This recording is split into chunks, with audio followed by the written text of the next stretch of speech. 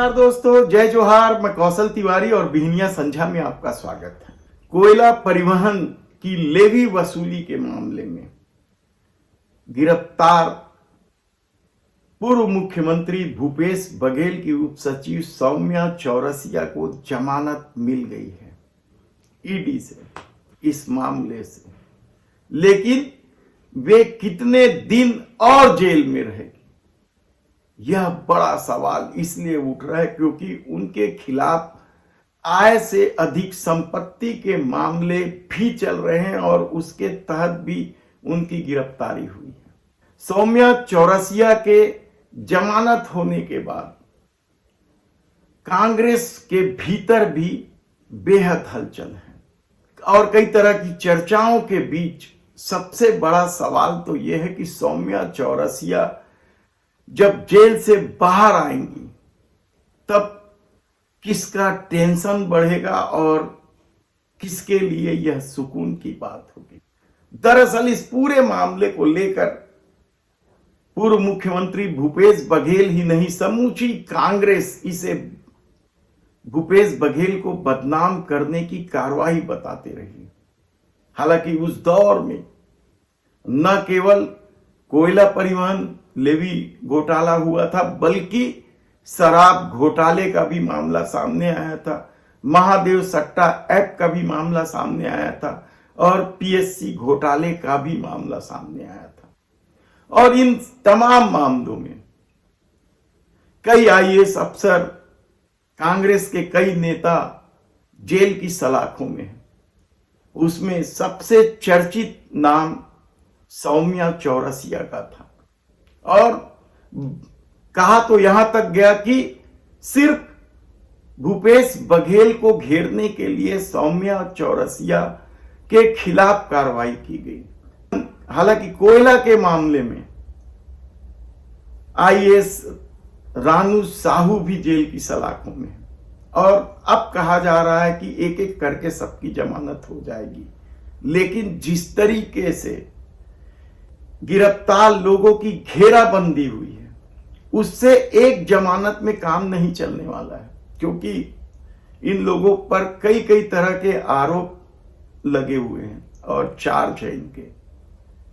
हालांकि ऐसे में सौम्या चौरसिया को अब आय से अधिक संपत्ति वाले मामले में भी जमानत लेना होगा और यह जमानत भी क्या सुप्रीम कोर्ट से ही लेना होगा, यह बड़ा सवाल है। और यदि सुप्रीम कोर्ट से ही लेना होगा तो यकीन मानिए कि इसमें समय लगेगा। ऐसे में छत्तीसगढ़ की राजनीति में उथल पुथल मचाने के आरोप सौम्या चौरसिया पर तो है ही है, साथ ही कई लोगों पर है जिसमें सूर्यकांत तिवारी का भी नाम है। और इन तमाम मामलों में जिस तरह का खेल हुआ है वह भी कम चौंकाने वाला नहीं है। यदि आरोपों को एक बार की सच मान ले तो हैरान कर देने वाला मामला है कि किस तरीके से समूचे खेल में पूरा शासन, प्रशासन और माफियाओं का नेक्सस काम कर रहा था। किस तरीके से बड़े बड़े उद्योगपति यानी पैसे वाले लोग भी शामिल थे। हालांकि उनमें से किसी की गिरफ्तारी नहीं हुई, चाहे कोयला परिवहन घोटाले का मामला हो जिसमें लेवी वसूलने के मामले में कई नामचीन लोगों के नाम सामने आए थे। इस्पात आयरन फैक्ट्रियों से जुड़े हुए लोगों के नाम थे, नामी गिरामी, लेकिन किसी की गिरफ्तारी नहीं हुई। शराब घोटाले में भी जो होलोग्राम को लेकर सवाल उठते रहे उसमें कई बिस्लरी के मालिक शामिल थे। उनसे कितनी पूछताछ हुई, किस तरीके की सेटिंग हुई, किस तरीके का खेल ईडी ने खेला, यह अब भी सवालों के घेरे में। यदि ईडी के अफसरों की भूमिका को लेकर बेंगलुरु के कोर्ट में एफआईआर दर्ज करने का आदेश होता है, हालांकि अब इसके जांच पर हाई कोर्ट ने रोक लगा दी है, तो यकीन मानिए कि छत्तीसगढ़ में भी ईडी का खेल किसी को समझ में नहीं आया। किसे गिरफ्तार करना है, किसे छोड़ देना है, क्यों छोड़ देना है, क्यों गिरफ्तार करना है, इसे लेकर ईडी संदेह के घेरे में रही है। हमने पहले ही बताया कि किस किस तरीके से समूचे आईपीएस लाबी को ही छोड़ दिया गया। यानी हैरानी की बात है।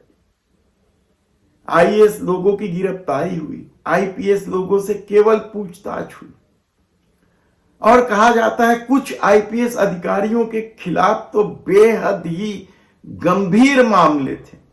यानी इस पूरे आरोप में जो आरोप लिप्त लोगों ने किस तरीके से लोगों को थाने में पिटवाया था, उसमें इन आईपीएस लोगों की भूमिका भी सामने आने की बात कही जा रही है। और कहा तो यहां तक जा रहा था कि यदि ईडी ठीक ठाक कार्रवाई करती तो कई लोगों की नौकरी भी जा सकती थी।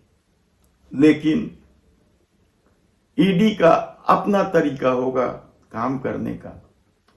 और अब जब सौम्या चौरसिया को जमानत मिल गई है तो कहा जा रहा है कि भूपेश खेमे के लिए यह राहत की खबर है। हालांकि एक वर्ग यह भी मानता है कि इससे टेंशन भी बढ़ेगी। कहना है कि सौम्या चौरसिया कब तक जेल से बाहर आती है और किसका टेंशन बढ़ाती है।